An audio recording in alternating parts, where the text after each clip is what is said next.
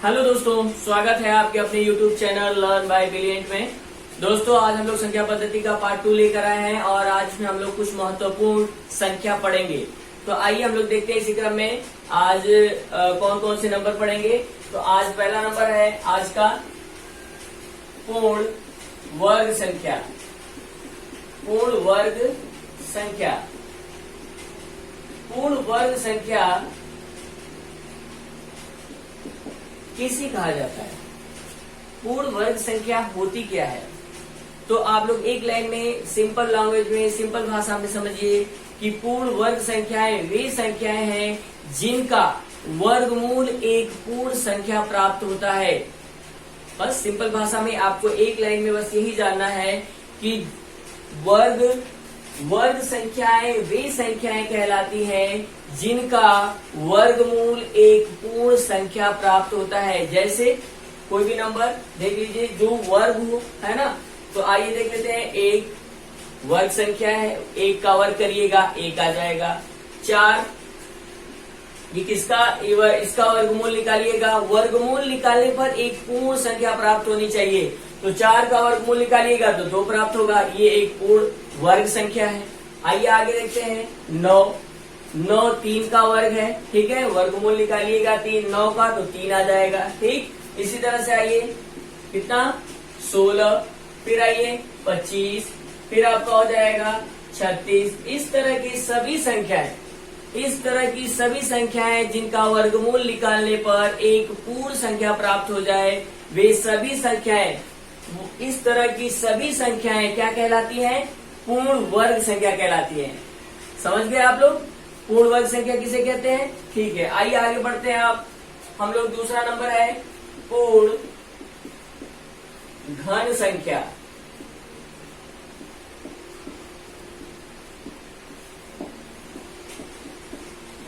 पूर्ण घन संख्याएं क्या कहलाती हैं? पूर्ण घन संख्या कहते किसे हैं? तो पूर्ण घन संख्याएं उन संख्याओं को कहा जाता है जिनका घनमूल एक पूर्ण संख्या प्राप्त होता है। जिनका घनमूल एक पूर्ण संख्या प्राप्त होता है। जैसे कौन कौन से नंबर? 1 से स्टार्ट करिए। 1 क्या होता है? 1 का घनमूल निकालिएगा तो 1 आएगा और 1 एक पूर्ण संख्या है, ठीक है। आइए इसके बाद ले लेते हैं 8 का घनमूल निकालिएगा तो 2 आ जाएगा क्योंकि ये 2 का घन है, ठीक है। तो ये एक घन हो जाएगा। आइए आगे बढ़ते हैं।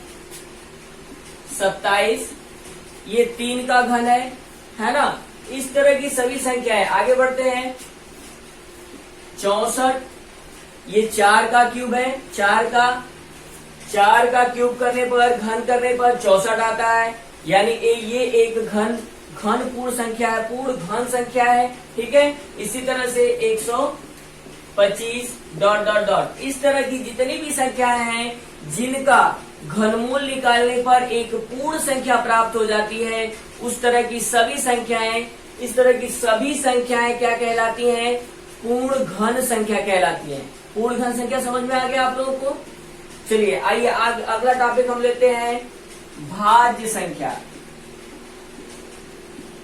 भाज्य संख्या,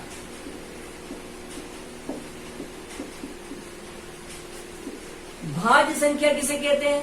भाज्य संख्या क्या होती है? तो भाज्य संख्याएं उन संख्याओं को कहा जाता है जिन संख्याओं का गुणनखंड 2 से अधिक होता है।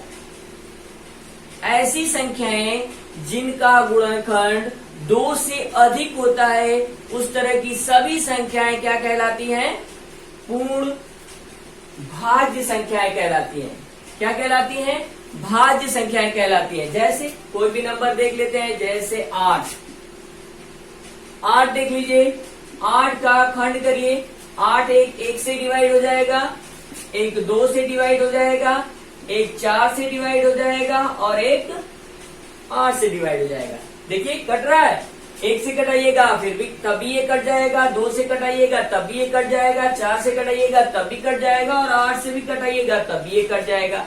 यानी इससे क्या आपको पता चलता है कि 8 जो है एक भाज्य संख्या है। भाज्य संख्या है क्योंकि आपको अभी हमने डिफिनेशन बताया, इसका परिभाषा बताया भाज्य संख्या का कि भाज्य संख्या उसे कहते हैं जिसका गुणनखंड 2 से अधिक होता है। 2 से अधिक होता है। देखिए इसका गुणनखंड कितना है, 4 है, यानी r क्या है, एक भाज्य संख्या है। और भी कोई नंबर ले लेते हैं, जैसे 9 ले लीजिए। 9 देखिए 1 से भी कट रहा है, 3 से भी कट रहा है और 9 से भी कट रहा है, यानी 9 क्या हो जाएगा, 9 एक भाज्य संख्या हो जाएगा। कोई और भी एग्जाम्पल लेते हैं, नहीं समझ में आता है तो बहुत सारे एग्जाम्पल है, उसको लेकर हम लोग देख सकते हैं। जैसे ले लेते हैं हम लोग 12 का खंड करिएगा। देखिए 12 1 से कटता है, 2 से कटता है, 4 से कटता है, 6 से कटता है, सॉरी लिखेंगे 3 से कटता है, 4 से कटता है, आगे भी बहुत सारे नंबर से कटता है। जैसे लिख लेते हैं कौन कौन से नंबर से कटता है, तो 6 से कटता है आपका और 12 से कटता है। इतने सारे नंबरों से ये कटता है, यानी आपको परिभाषा ये पता है कि भाज्य संख्याएं वे संख्याएं हैं जिनका गुणनखंड 2 से अधिक हो जाए तो वे संख्याएं भाज्य संख्याएं कहलाती हैं। ठीक है, भाज्य संख्या आपको समझ में आया। आइए आगे देखते हैं हम लोग, अगली संख्या हमारी क्या है।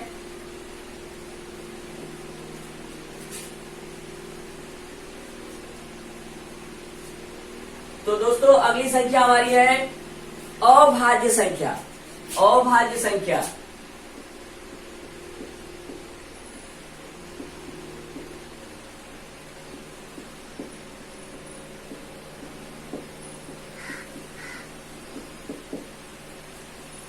अभाज्य संख्या, अभाज्य संख्या किसे कहते हैं और अभाज्य संख्या कौन कौन सी होती हैं?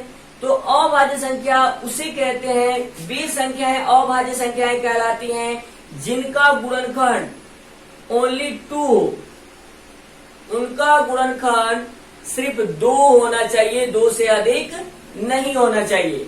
वे संख्याएं जिनका गुणनखंड 2 हो, 2 से अधिक न हो, वे सभी संख्याएं क्या कहलाती हैं, क्या कहलाती हैं, अभाज्य संख्याएं कहलाती हैं। देखिए कौन कौन से नंबर, आइए देख लेते हैं। हमारा नंबर है, पहला ले लेते हैं हम लोग, जैसे मान लेते हैं फॉर एग्जाम्पल 5 के देखिए कितने गुणनखंड है, तो 5 के 2 गुणनखंड है, पहला 1 और दूसरा स्वयं 5। या फिर सिंपल लैंग्वेज में ये कहा जा सकता है कि जिन संख्याओं को सिर्फ 2 नंबरों से डिवाइड किया जा सके, कटाया जा सके, वे नंबर ही क्या कहलाते हैं, अभाज्य संख्या कहलाते हैं। ठीक है, तो देखिए आप देखिए 5 को कौन कौन से नंबर काट सकते हैं, तो 5 को सिर्फ 1 काट सकता है और स्वयं 5 काट सकता है।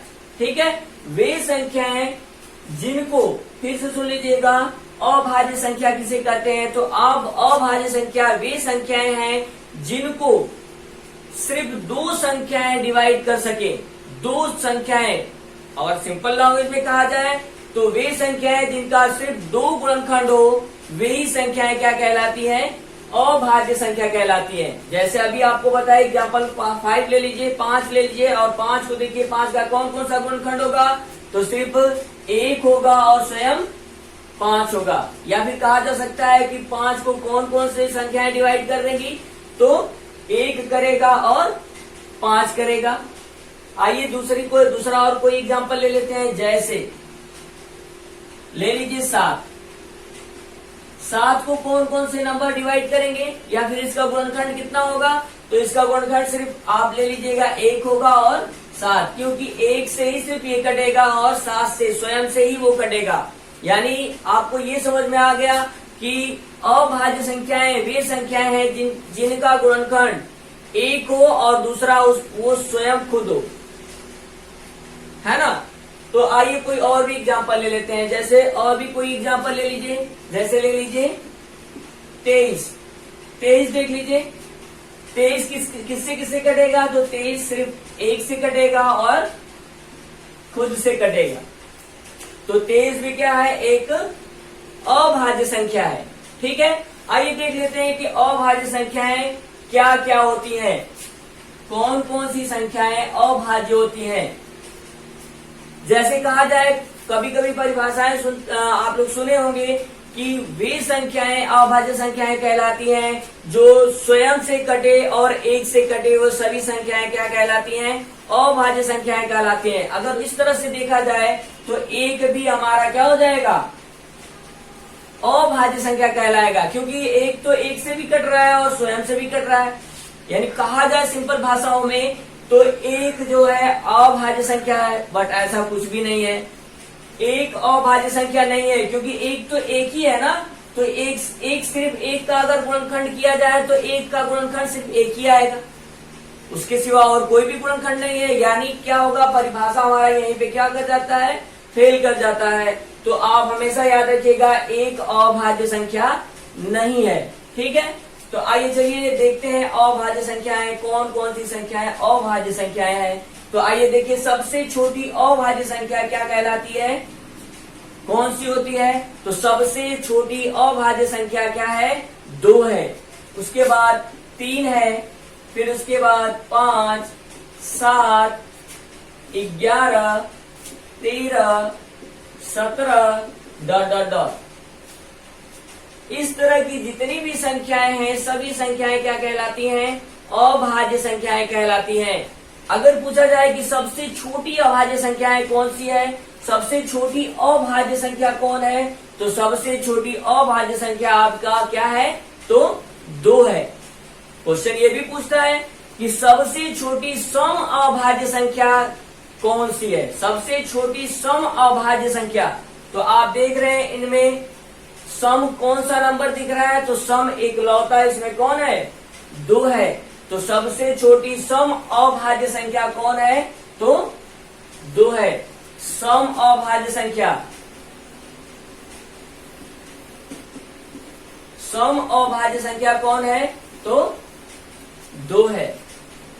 ठीक है, सबसे छोटी संख्या भी 2 है अभाज्य, और सम अभाज्य संख्या भी क्या है, 2 है। कभी कभी क्वेश्चन ये भी पूछता है कि सबसे छोटी विषम अभाज्य संख्या कौन सी है, विषम अभाज्य संख्या। तो अभी आपको बताया विषम में तो एक भी आ जाता है, जो 2 से न डिवाइड हो, जो 2 से न कटे, है ना, जो 2 से न कटे हुए सभी संख्याएं क्या कहलाती हैं, अभाज्य संख्याएं कहलाती है। तो एक भी तो विषम है ना, जो 2 से न कटे हुए सभी संख्याएं क्या कहलाती हैं, विषम संख्या कहलाती हैं, है ना। तो विषम यहाँ पे पूछा कि सबसे छोटी विषम अभाज्य संख्या क्या है, सबसे छोटी विषम अभाज्य संख्या क्या है। तो आप हमेशा याद रखिएगा, सबसे छोटी अभाज्य संख्या, सबसे छोटी विषम अभाज्य संख्या क्या होती है। तो आप इसमें देख रहे हैं सबसे छोटी विषम अभाज्य संख्या क्या है, तो 3 है। हमेशा याद रखिएगा, सवाल पूछता है कि सबसे छोटी विषम अभाज्य संख्या क्या है, सबसे छोटी सम अभाज्य संख्या क्या है। तो हमेशा याद रखिएगा, सम पूछेगा तो 2 है और विषम पूछेगा तो 3 है। ठीक है, समझ में आ गया आप लोगों को। तो इस तरह से क्वेश्चन पुट अप करता है। आइए अगला हम लोग, अगर समझ में आ गया तो आगे बढ़ते हैं हम लोग। अगला नंबर हम लोग लेते हैं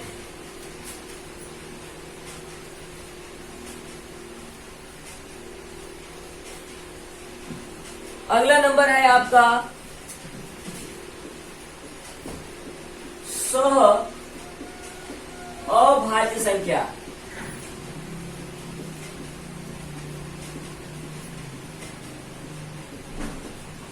अभाज्य संख्या, अभाज्य संख्या क्या है, तो अभाज्य संख्याएं उन संख्याओं को कहा जाता है, उन संख्याओं के जोड़ों को कहा जाता है, पेयर को कहा जाता है, जिनका एचसीएफ यानी मौसम 1 होता है। सिंपल लैंग्वेज में अगर समझें, सिंपल भाषा में अगर समझें, तो उन संख्याओं का जोड़ा जिनका मौसम 1 होता है, वे सभी संख्याएं वे दोनों संख्याएं क्या कहलाती हैं? सह-अभाज्य संख्या कहलाती है। जैसे ले लीजिए कोई भी नंबर जिसका क्या हो, HCF 1 हो, तो आइए ले लेते हैं 2 और 3। 2 और 3 ये कौन सा नंबर है? तो ये सह-अभाज्य नंबर है, क्योंकि इसका HCF जो है, मौसा जो है क्या है? 1 है। आइए कोई और भी नंबर लेते हैं, जैसे 3 और 5। 3 और 5 इसका भी मौसा क्या है? 1 है। तो जिन संख्याओं के जोड़ों का मौसा क्या हो? 1 हो, वे संख्याएं क्या कहलाती हैं? सह-अभाज्य संख्या कहलाती हैं। जैसे कोई और भी एग्जांपल लेते हैं, कौन सी संख्या है ना? तो आइए देख लेते हैं 22 और 23। देख लीजिए 22 और 23। 22 और 23 क्या है? सह-अभाज्य संख्या है, क्योंकि ये क्या है? इनका मौसा क्या है? 1 है। यानी HCF अगर 1 हो जाए तो वे संख्याएं क्या कहलाती हैं? सह-अभाज्य संख्या कहलाती है। क्या कहलाती है? सह-अभाज्य संख्या कहलाती है। ठीक है, समझ में आया आपको? कोई और भी एग्जांपल ले लेते हैं। ऐसी संख्या नहीं होना चाहिए जिसका मौसा 1 से ज्यादा हो जाए, है ना? हमेशा याद रखिएगा, मौसा 1 होना चाहिए। कोई और भी नंबर लीजिए, जैसे अगर मान लिया जाए नंबर इस तरह से दे दे, 15 और 18, क्या ये नंबर सह-अभाज्य नंबर है? आप देख के बताइए, सह-अभाज्य नंबर है? तो नहीं, ये सह-अभाज्य नंबर नहीं है। ये कौन सा नंबर है? ये सह-अभाज्य नंबर नहीं है, क्योंकि इसका क्या है? इसका मौसा जो है, इसका मौसा वो क्या है? 1 से ज्यादा है, 1 से अधिक है, यानी इसका मौसा क्या है? 3 है। तो जिसका मौसा 1 से अधिक हो जाएगा वो सह-अभाज्य संख्या नहीं कहलाएगा। ठीक है, तो सह-अभाज्य संख्या के लिए आपको पता है कि सह-अभाज्य संख्या होने के लिए क्या होना चाहिए? दोनों संख्याओं का मौसा 1 होना चाहिए। तो आइए कोई और भी नंबर ले लेते हैं, जैसे हम लोग ले लेते हैं 21 और 25। देखिए, ये दोनों संख्याएं 1 से डिवाइड होगी, 1 के सिवा और किसी से नहीं, यानी इनका मौसा क्या होगा? 1 होगा। यानी ये संख्याएं क्या है? सह-अभाज्य संख्याएं हैं। तो सह-अभाज्य संख्या की परिभाषा फिर से एक बार आप लोग सुन लीजिएगा। सह-अभाज्य संख्या की परिभाषा है कि उन संख्याओं का जोड़ा जिनका मौसा 1 हो, वे सभी संख्याएं क्या कहलाती हैं? सह-अभाज्य संख्या कहलाती है। ठीक है, आपको समझ में आया सारा? तो अगर समझ में आया होगा तो चैनल को सब्सक्राइब करिएगा जरूर से, और लाइक कर दीजिएगा। जो नए इस चैनल में जुड़ रहे हैं वो इस चैनल को जरूर लाइक और सब्सक्राइब कर लीजिएगा, और अपने दोस्तों में ज्यादा से ज्यादा शेयर करिएगा, और कमेंट में लिखिएगा कि आपको ये वीडियो कैसा लगा। फिर नेक्स्ट पार्ट में हम लोग संख्या पद्धति में आगे बढ़ेंगे, और जो कुछ महत्वपूर्ण नंबर्स है, सवाल है जो पूछा जा रहा है एग्जामों में, उसके बारे में हम लोग डिस्कशन करेंगे यहाँ पे, और आगे परीक्षाओं में पूछने वाले क्वेश्चन भी देखेंगे। ठीक है, इसी तरह से चैनल से जुड़े रहिए, और चैनल को आप लोग सब्सक्राइब जरूर से कर लीजिएगा, और लाइक कर दीजिएगा, और अपने दोस्तों में ज्यादा से ज्यादा शेयर कर दीजिएगा। ठीक है, थैंक यू सो मच।